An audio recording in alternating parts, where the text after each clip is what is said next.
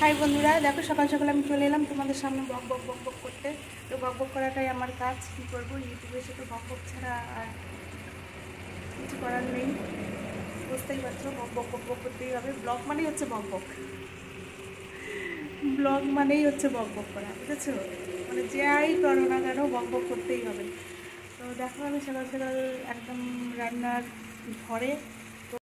ভিডিওটার মধ্যে ব্রাইটনেস বেশি হয়ে গেছে, মাঝে মধ্যে ব্রাইটনেস বেশি হয়ে যাওয়ার কারণ হলো পূর্ব দিকে জানলা রয়েছে, তো জানালা দিয়ে মানে প্রচুর রৌদ্র আসছে।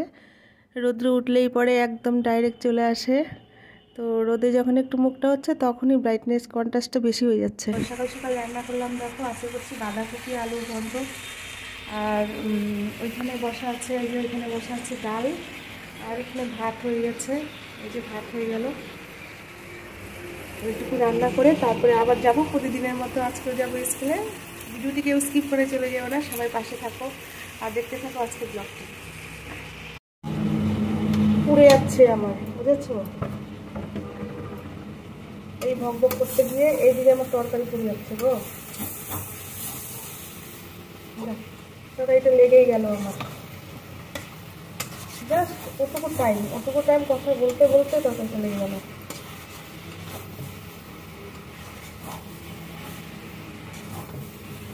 তোমাদের বিশ্বজিৎ দাদাভাই আছে আজকে বাড়িতে, আজকে নাইট ডিউটি আছে। তো উমা সোনাকে নিয়ে চলে গেল একটু স্কুলে, খিচুড়ি স্কুলে, বুঝতে পেরেছো? খিচুড়ি স্কুলে চলে গেল।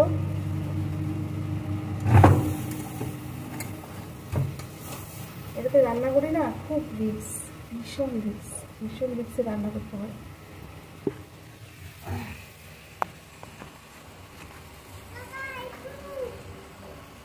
ভীষণ রিস্কে রান্না করতে হয়। ক্যামেরাটা এমন জায়গায় রেখেছি, যদি একটু পরে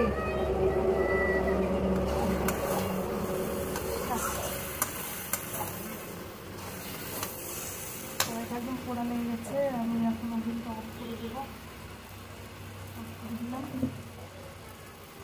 আর নিরামিষটা যেতে একটু চিনি দিই,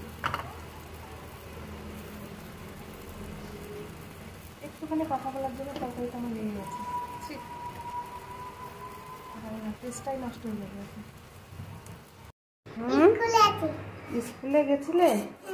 ও বাবা, নেই আজকে কেন? এখনো আজকে আসলো না আবার? এই পুরাই যে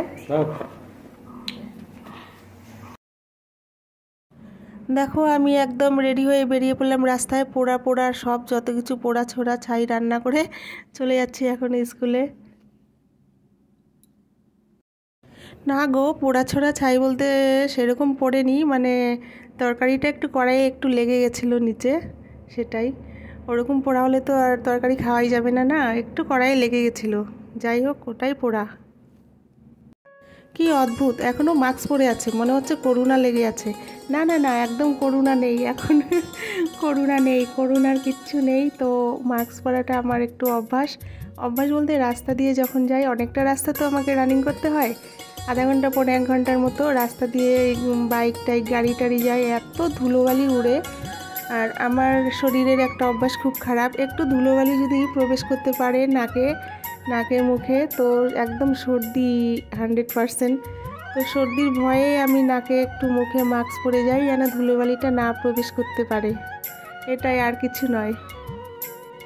আর আজকে রোদ উঠেছে, ঝলমলে রোদ উঠেছে ঠিকই, কিন্তু ওয়েদারটা কেমন যেন একটু ঠান্ডা ঠান্ডা। তাই সুতির একটা চাদরও বলতে পারো, ওড়নাও বলতে পারো, এটা একটু গায়ের মধ্যে পেঁচিয়ে নিলাম। সুন্দর রোদ উঠেছে, অতটা হিট নেই। এখন টিফিন তোমরা আশা করি বুঝতে পেরেছো। এখন টিফিন তো আমাদের হেড দিদিমণি আর কি 2টো কুল আমাকে দিয়েছে, খেয়ে দেখ খুব মিষ্টি। তো একটুখানি খেয়ে দেখলাম, মিষ্টি বটে কিন্তু হালকা টকও রয়েছে, টকটক রয়েছে, তাই লবণ আর লঙ্কা নিয়ে একটু খাচ্ছিলাম। স্কুল থেকে ফেরার পথে দেখি রাস্তার সাইডে একটা ডোবার মধ্যে কতজন মাছ খুঁজে বেড়াচ্ছে। জানি না এখানে কিভাবে মাছ ধরে ওরা, দেখি মাছ ধরছে আর কি একটা পাত্র নিয়েছে, পাত্রের মধ্যে রাখছে। জানি না এত কাদার মধ্যে কি করে কোথায় মাছ থাকে। তাই একটু দেখে ভালো লাগছিল, সেটাই দেখছি আর কি একটু দাঁড়িয়ে।